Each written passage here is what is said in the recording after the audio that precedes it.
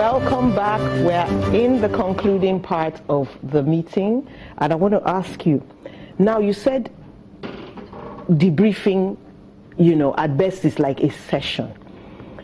But, there is the national security to think about. So how do you marry those two together? The government needs you will get information, but debriefing is single session, and everybody, you want to get everything at a time. What psychological first aid does is that you will still get what you want to get, but make it gradual.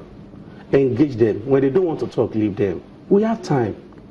It can be within 3 days, 1 week, 2 weeks, but you don't have to cause trauma. You don't have to politicize it. You don't have to say because of this and kill these people. Now, is it, with all these treatments, is it possible that they will, at some point in their lives, be free of all the panic attacks, flashbacks, post-traumatic stress disorder, and all the baggage that comes with being a captive? Can they be totally freed?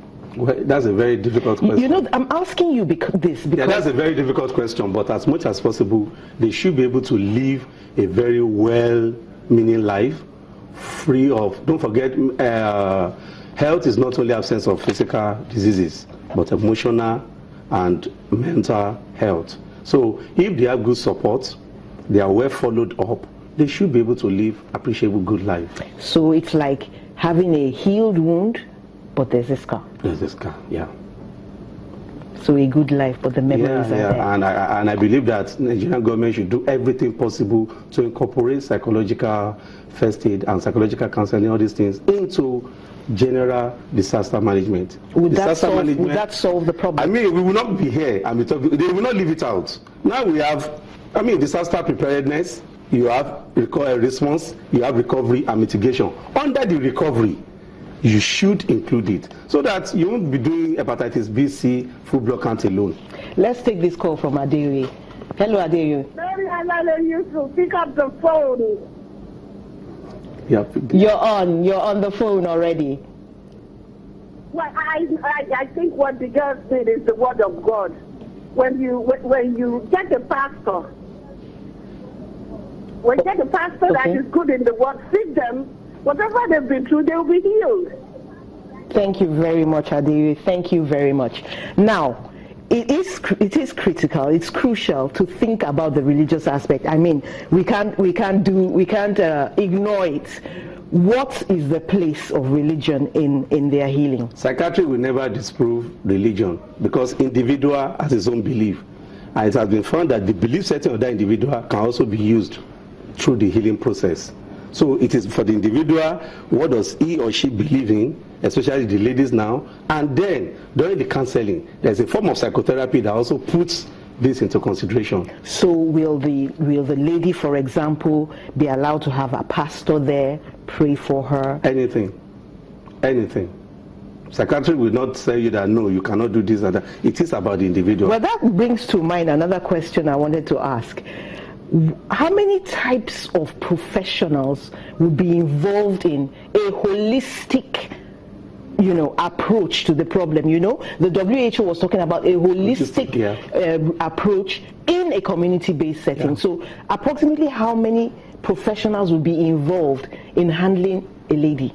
It's a multidisciplinary aspect. Psychiatrists will definitely lead the team. Psychologists will be there if there have been any behavioral problems or learned behavior.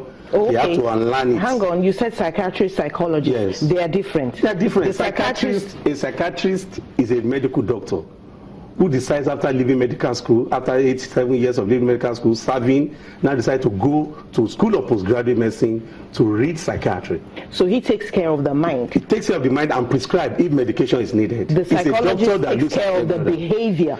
Behavior as well. Psychologists are not medical doctors. Okay. They go to university to read psychology, masters in clinical psychology, and then they work in collaboration with psychiatrists. But don't forget that some of these ailments, somebody that has hypertension, diabetes, and co, psychiatrists have to put all those things into consideration when you're using your medication and co. So that's why a medical doctor has to head, followed by a psychologist, so that when you need any behavior that needs to be unlearned, you send to the psychologist. Nurses are to be there.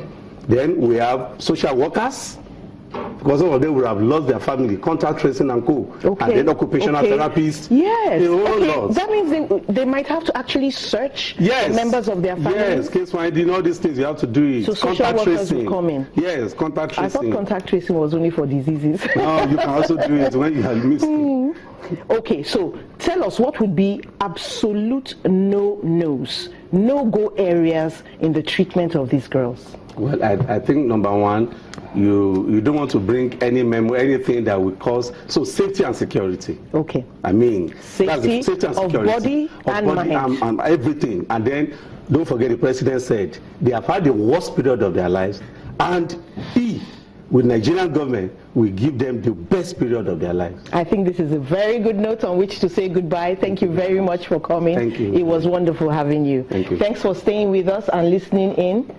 Have a wonderful day. I'm Mary Alale Yusuf.